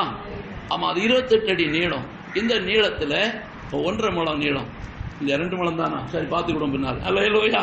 அது கூட மறந்துட்டது. அப்படியான அந்த திரைய 6 திரைய ஒன்றாக வைத்து 5 திரையும் ஒன்றாக வச்சு அதை மூடி இருக்கிறது. அல்லேலூயா. அந்த திரை எதை காட்டுகிறது என்று சொன்னா, தேவனுடைய அறிவு 6, நம்ம அறிவு 5. நம்ம அறிவும் தேவனுடைய அறிவும் சேர்ந்தாதான் ஒரு சபை நிறைவடும். அல்லேலூயா. ஆண்டவர் அவர் மட்டும் இந்த சபையை மூடிக்கிட முடியாது. அவர் நம்மை கொண்டு நிரப்புறார். அதான் அவனுடைய அர்த்தம். அதாவது 2 பேர், புருஷனும் மனைவியும் சேர்ந்து கிருபாத்தனத்தில் போய் இருந்தா தான் அந்த குடும்பத்துக்கு ஆசீர்வாதம். அதே போல சபையும் விசுவாசியும் இருந்தாதான் ஆசீர்வாதம். அதே போல இயேசுவும் பரிசுத்தவான்களும் இருந்தாதான் ஆசீர்வாதம். நம்ம இல்லைன்னா இயேசுவால ஒன்றும் செய்ய முடியாது. இல்லையா? நாம சொல்றோம் அவர் இல்லைன்னா ஒண்ணு இல்லை, உண்மை. ஆனா நம்ம இருந்தாலும் அவருக்கு சந்தோஷம். இல்லையா? அவர் சேரும் போதுதான், அவரும் நாமும் ஒன்றாய் சேரும் போதுதான் அது கூடாரமாக மாறுகிறது. இல்லையா? அது கூடாரமா மாறுது. அப்ப அவருக்கு 6 அறிவு இருக்கு, நமக்கு 5 அறிவு இருக்கு. நம்ம 5 அறிவும் அவர் 6 அறிவும் ஒன்னா சேரும்போது 11 திரையாக மாறுகிறது. அந்த 11 திரை சேர்ந்துதான் அதுல இருக்கிற 2வது திரை. இல்லையா?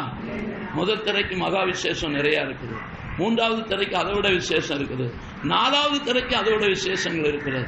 இதெல்லாம் தேவ பிள்ளைகளுடைய ஆவிக்குரிய தேவ பிள்ளைகள் நாம் பரலோகத்தில் அனுபவிக்க போகிற சாயலை பூமியில ஆண்டவர் என்ன செய்திருக்கிறார், நமக்கு வெளிப்பாடான சில காரியங்களை வைத்திருக்கிறார். இதை புரிந்து கொள்ள முடியாததுனால இந்த நரி சொன்னது போல எட்டதனால புளிக்குது. இல்லையா? பழம் துள்ளி துள்ளி பார்த்து நரிக்கு எட்டல, இது புளிக்கின்று போயிட்டு. ஏன்? அல்லேலூயா. அதை போலதான் இது கிட்ட வந்தா ஒன்னும் தெரியல, இது தள்ளுபடி ஆகணும் அப்படின்னு சொல்றாங்க. இல்லையா? அநேக ஊழியக்காரங்களும் பார்த்துட்டு இது ஐயா வச்சிருக்கிறது ஆதி காலத்து தள்ளுபடிய. இல்லையா? அப்படியா ஐயா, கொஞ்ச நாள் என் கூட வாரும், நமக்கு அது என்னன்னு சொல்லி தரேன். அதை போட்டு எங்க படிக்க முடியும்? இல்லையா? படித்த ஆசீர்வாதம் பரலோகம் போகிறதற்கு கடைசி காலத்துல வேத வசனம் தான் நம்மளை கொண்டு போகுமே தவிர நம்ம அறிவும் நம்ம பக்தியும் நம்மளை கொண்டு போக முடியாது. இல்லையா? வேத வசனம் தான் நமக்கு பாதுகாவல், நம்முடைய ரதமே வேத வசனம் தான். இல்லையா? ஆமா, அப்படியானா அழகா சொல்லப்பட்டிருக்கிறது. அப்போ அந்த வெளிப்படுத்தல சொல்லப்பட்டிருக்கிற அந்த 6 ஜீவன்கள் யார் என்று சொன்னார்? பூமியிலிருந்து உருவாக்கப்பட்டு வருகிற புதிய ஏற்பாட்டு பரிசுத்தவான். இல்லையா? கிருபாசனத்தில் உருவாகி ஆராதனையில நிறைவாகி அது அப்படியே ஆராதனை இன்னும் வெளிப்பட இசைக்கள் நிறைய இருக்குது. கடைசியில் என்ன செய்கிறது? அங்கே வெளிப்படுத்தல வரும் பொழுது, அங்கே சிங்காசனத்துக்கு முன்பாக வரும் பொழுது 6 சிறகு உள்ள ஒரு ஜீவனாக அங்கே வெளிப்படுகிறது. இல்லையா? அப்ப இந்த ஜீவன் என்று இதற்கு எப்படி பெயர் வருகிறது, எப்படி பெயர் வருகிறது என்று சொல்லி பார்ப்போமானா, மனுஷனு, அதாவது மனுஷனுக்கு பெயர் வச்சது ஆண்டவர். இல்லையா? மனுஷிக்கு பெயர் வச்சது யாரு? ஆதாம். இல்லையா? மனுஷனிலிருந்து எடுக்கப்பட்டபடினா மனுஷன். அப்போ ஆண்டவர், அதாவது சுவிசேஷத்துல யோவான் சுவிசேஷம் 10ஆம் அதிகாரம் 10ஆம் வசனத்தை வாசிங்க. யோவான் சுவிசேஷம் 10ஆம் அதிகாரம் 10ஆம் வசனம். திருடன் திருடவும் கொல்லவும் அழிக்கவும் வருகிறானே அன்றி வேற ஒன்றுக்கும் வரான். நானோ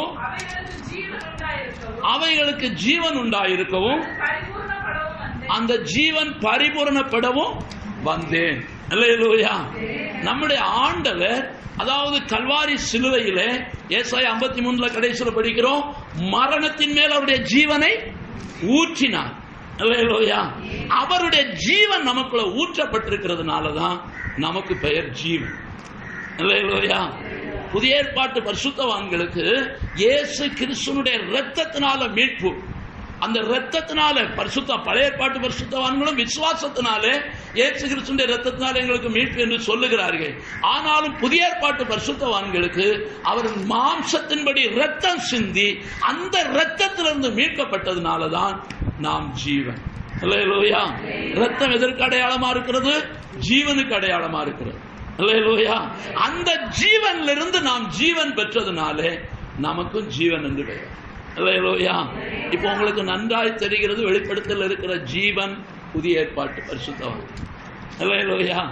இதுல எந்த சந்தேகமும் இல்லை. பழைய ஏற்பாட்டு பரிசுத்தவான்கள் மூப்பர்களா இருக்கிறார்கள், புதிய ஏற்பாட்டு பரிசுத்தவான்கள் ஜீவன்களா இருக்கிறார்கள். அவர்கள் சிங்காசனத்திலும் சிங்காசனத்தை சுற்றிலும் இருக்கிறார்கள். அல்லேலூயா. ஏன் அப்படி? இயேசு கிறிஸ்து கடைசி நேரத்தில் அவர் திருவிருந்து அல்லது அவர் ஆண்டவர் அந்த அப்போஸ்தலர்களை வைத்து அவர்கள் விருந்து நடத்துகிற அப்பம் கொடுக்கிற நேரத்தில் அவருடைய மார்பில சாயக்கூடிய அளவுக்கு மனிதன் மேல அன்பு வச்சிருந்தார். இல்லையா? அதை போல பரலோகத்திலும் அவருடைய சிங்காசனத்துல உட்கார்றதுக்கு ஜீவனால மாத்திரம்தான் முடியும். இல்லையா? இப்போ ஒண்ணு கேட்கிறேன், இந்த ஜீவன்கள் எந்த சபையை சேர்ந்தவர்கள்? இல்லையா? அல்லது எந்த வகையை சேர்ந்தவர்கள்? இல்லையா? இவங்க எந்த வகையை சேர்ந்தவர்களும் அல்ல, எந்த சபையை சேர்ந்தவர்களும் அல்ல, இரத்தத்தினால மீட்கப்பட்ட பரிசுத்தவான். அல்லேலூயா. எனக்கு தான் பரலோகம், எங்களுக்கு தான் அந்த இடம், எங்களுக்கு வர ஊழியர்களுக்கு தான் இந்த இடம், கிடையவே கிடையாது. ஊழியர்களுக்கு கொடுக்கப்பட்டிருக்கிறது பதவி அல்ல, அது பொறுப்பு. அல்லேலூயா. அது உழைக்கு வேலை. விசுவாசிக்கு அதை வேலை கொடுத்திருக்கிறது போல விசுவாசி என்ன செய்யணும்? வாழ்க்கையில் இருக்கிற அத்தனையும் கர்த்தருக்குரியதுன்னு சொல்ல தெரியணும். ஆமா, கோடி கோடியான ஆஸ்தியை வைத்துக்கொண்டு ஆஸ்தியெல்லாம் எனக்கு ஆண்டவர் தந்தது என்று சொல்லி, எனக்கும் என் பிள்ளைக்கும் என்று சொல்லி வாழக்கூடாது. எனக்கும் என் கர்த்தருக்கும் என்று சொல்ல தெரியும். எத்தனை கோடி ஆஸ்தி இருந்தாலும் அது கர்த்தருக்குரியது என்று சொல்ல பழகணுமானா ஆஸ்தி ஒரு நாளும் நம்மளை ஐஸ்வர்யவான்களாக்காது. அல்லேலூயா. நாம பரலோகத்துக்கு போக தடை இருக்காது. எனக்குரியது, என்னுடையது, எனக்கும் என் சந்ததிக்கும் என்று சொன்னா அது ஐஸ்வர்யவான் ஆக்கிடும். அல்லேலூயா. ஐஸ்வர்யவான் எங்க போவாங்க? நீங்களாம் படிச்சுக்கணும். அல்லேலூயா. ஆகையினால தேவ பிள்ளைகளை பரலோகத்துக்கு போகிறதற்கு இந்த கிருபாசனத்தினுடைய பழக்கம் மிக முக்கியம். ஆரம்பம் அதுதான். இந்த கிருபாசனத்தில் எப்படி பயபக்தியோடு கூட நாம் காத்திருந்து தேவ சமூகத்தில் நாம் ஜெபிக்கிறோமோ அல்லது வாழுகிறோமோ அந்த வாழ்க்கை தான் சபையாக எசேக்கியேல் 1ஆம் அதிகாரத்திலே காணப்படுகிறது. அந்த சபையாக காணப்படுகிற தேவ பிள்ளைகள் தான் புதிய ஏற்பாட்டில் வரும் பொழுது அவர்கள் ஜீவன்களாக மாறுகிறார். அல்லேலூயா. இங்கே ஜீவன்கள் என்று சொல்லி இருக்கிறது. இந்த ஜீவன்கள் தான் இயேசுவோடு கூட சிங்காசனத்திலே உட்காருகிறது மாத்திரமல்ல, சிங்காசனத்தை சுற்றிலும் உட்கார்ந்து இருக்கிறாங்க. இவர்கள் மத்தியில் ஒரு கண்ணாடி கடல் இருக்கிறது. அல்லேலூயா. கண்ணாடி கடல் பின்னாலே இருக்கிறது, இங்கேயும் இருக்கிறது. இது என்ன என்று சொன்னா, அந்த கண்ணாடி கடலை குறித்து என்ன விளக்கம் அப்படி என்று சொல்வீர்களானா, இன்னைக்கு நம்ம டிவியில உலகத்தில் உள்ளதெல்லாம் பார்க்கிறோம். ஆனால் பரலோகத்தில் போனதுக்கு பிறகு கண்ணாடி கடல்ல நம்முடைய வாழ்க்கையின் சரித்திரத்தை பார்க்க போகிறோம். அல்லேலூயா. நம்முடைய வாழ்க்கையின் சரித்திரத்தை பார்க்க போகிறோம். ஆண்டவர் நம்மளை நியாயந்திருக்கிறதற்கு அல்லது நம்முடைய காரியங்களை குறைகளையும் கூடுதலையும் அவர் நமக்கு சுட்டி காட்டி கொண்டிருந்தா அவர் எல்லாருக்கும் காட்ட முடியாது. நாம எப்படி கம்ப்யூட்டர்ல நம்பரை போட்டு நம்ம கணக்கு பேங்க்ல எவ்வளவு இருக்குன்னு சொல்றது போல கண்ணாடி கடலுக்கு முன்ன நின்று நம்ம நம்பரை போட்டா அங்க என்ன நம்பரையா தருவாரு? அல்லேலூயா. அதான் சொல்லுங்க, அவருடைய பிதாவின் நாமம் அவருடைய நெற்றியில் இருக்கிறது.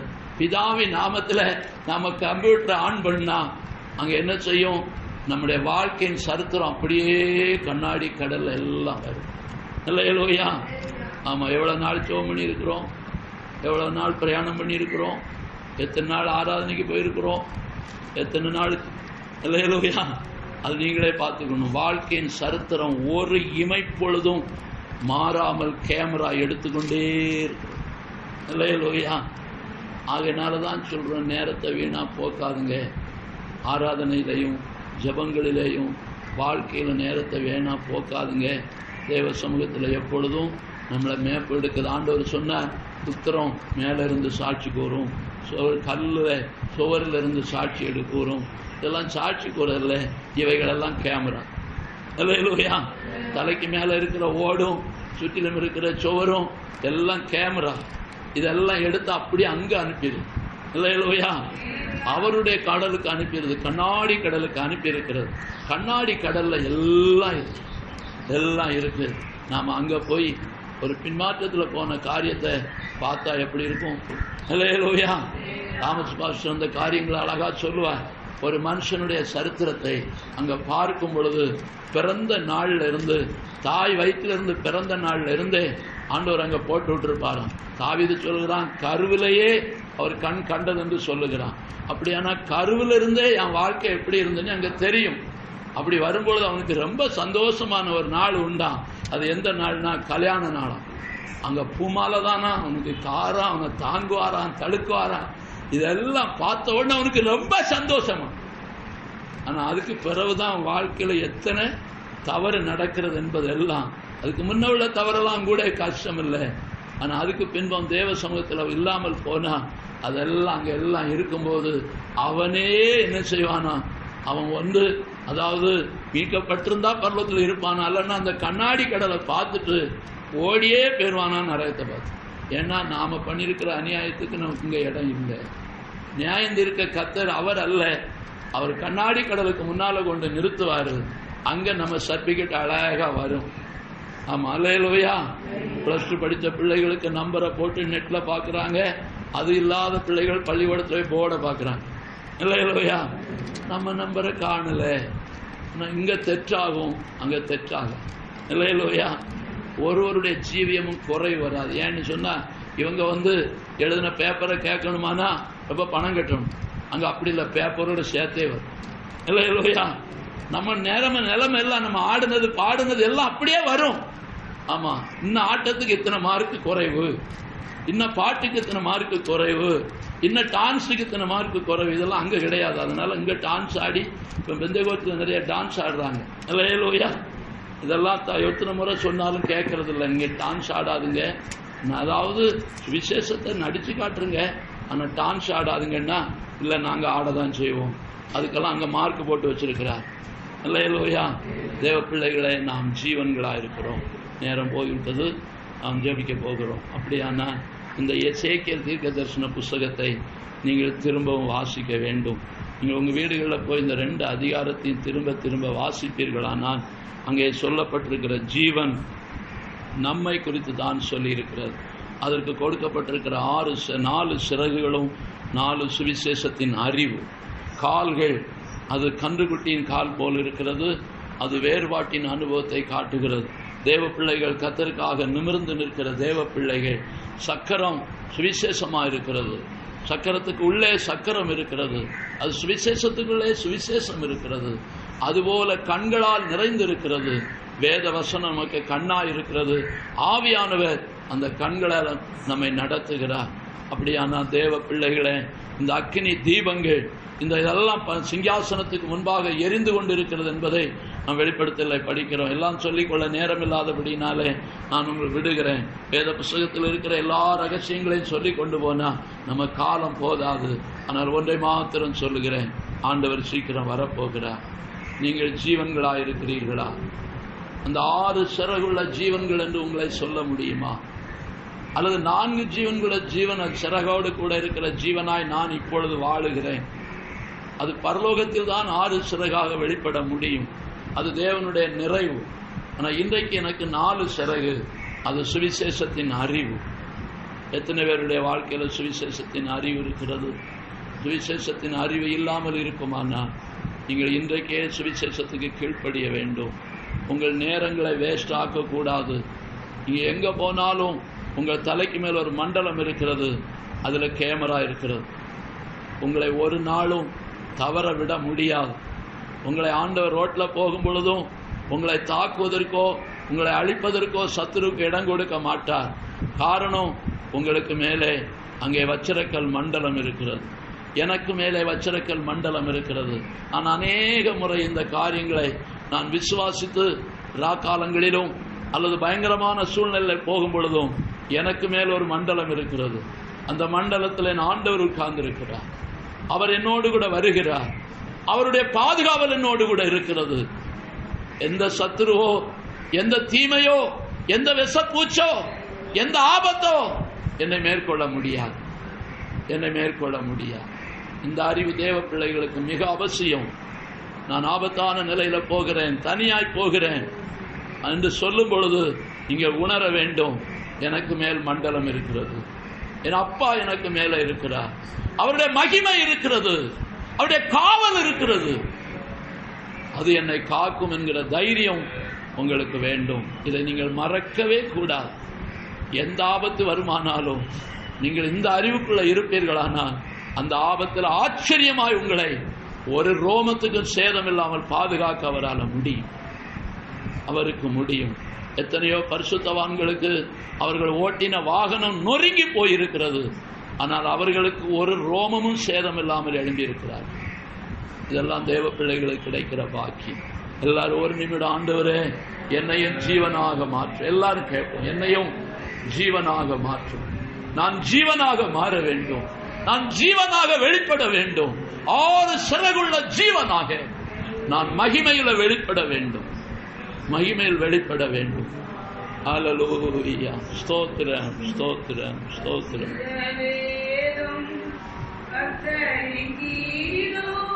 சுத்தர்கள்